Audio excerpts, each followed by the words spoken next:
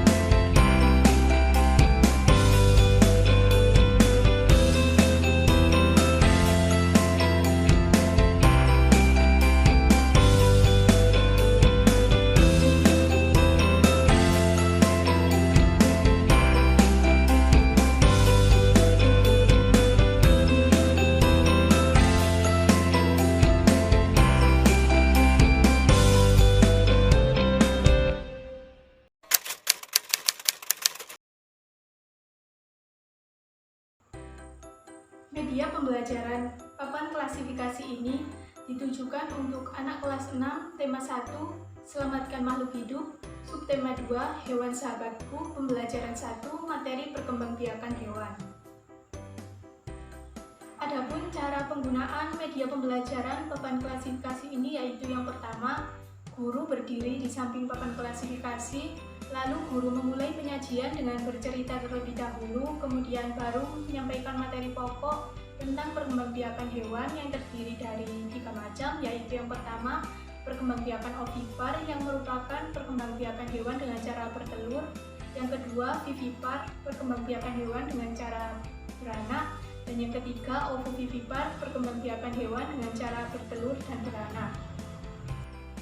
Setelah menyampaikan materi pokok tentang perkembangbiakan hewan kepada siswa, lalu guru meminta satu persatu siswa untuk maju ke depan dan mengelompokkan hewan berdasarkan perkembangbiakannya. Siswa diminta untuk mengambil gambar yang tersedia dan meletakkannya ke papan klasifikasi yang disediakan. Misalnya saja, jika guru meminta siswa untuk menyebutkan contoh hewan yang berkembang biak dengan cara ovipar, maka siswa bisa mengambil gambar ayam dan meletakkannya di papan klasifikasi bagian ovipar. Selanjutnya, jika guru menyuruh siswa untuk menyebutkan contoh hewan yang berkembang biak dengan cara vivipar, maka siswa bisa mengambil gambar sapi dan meletakkannya di papan klasifikasi bagian vivipar.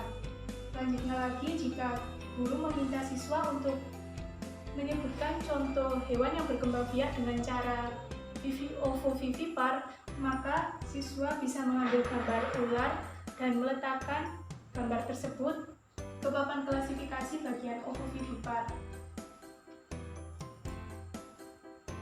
Nah, apabila siswa salah dalam mengelompokkan perkembangbiakan hewan, misalnya saja hewan kucing yang berkembang biak dengan cara vivipar ditaruh oleh siswa di bagian ovipar, maka tugas guru sebagai pembimbing harus memberikan arahan dan bimbingan kepada siswa agar siswa dapat lebih memahami materi tentang perkembangbiakan hewan serta mampu mengelompokkan hewan berdasarkan perkembangbiakannya.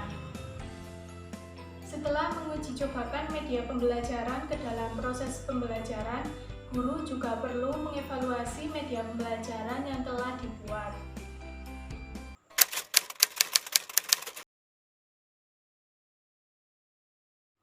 Selanjutnya, keunggulan dari media pembelajaran papan klasifikasi ini yaitu yang pertama, dapat dibuat sendiri oleh guru. Yang kedua, media papan klasifikasi ini dapat merangsang partisipasi aktif siswa. Hal ini dikarenakan dalam media papan klasifikasi tersebut terdapat berbagai macam gambar hewan yang bisa dikelompokkan berdasarkan perkembangbiakannya serta bisa diletakkan di papan klasifikasi. Adanya hal tersebut bisa memicu semangat siswa untuk saling berlomba-lomba mengelompokkan hewan berdasarkan perkembangbiakannya dengan benar. Selanjutnya, media papan klasifikasi ini juga dapat memusatkan perhatian siswa. Hal ini dikarenakan pada media tersebut terdapat berbagai macam warna yang akan membuat siswa lebih tertarik untuk melihat dan menyimak materi yang disampaikan oleh gurunya. Kelebihan selanjutnya yakni media papan klasifikasi tersebut mudah untuk dipindahkan.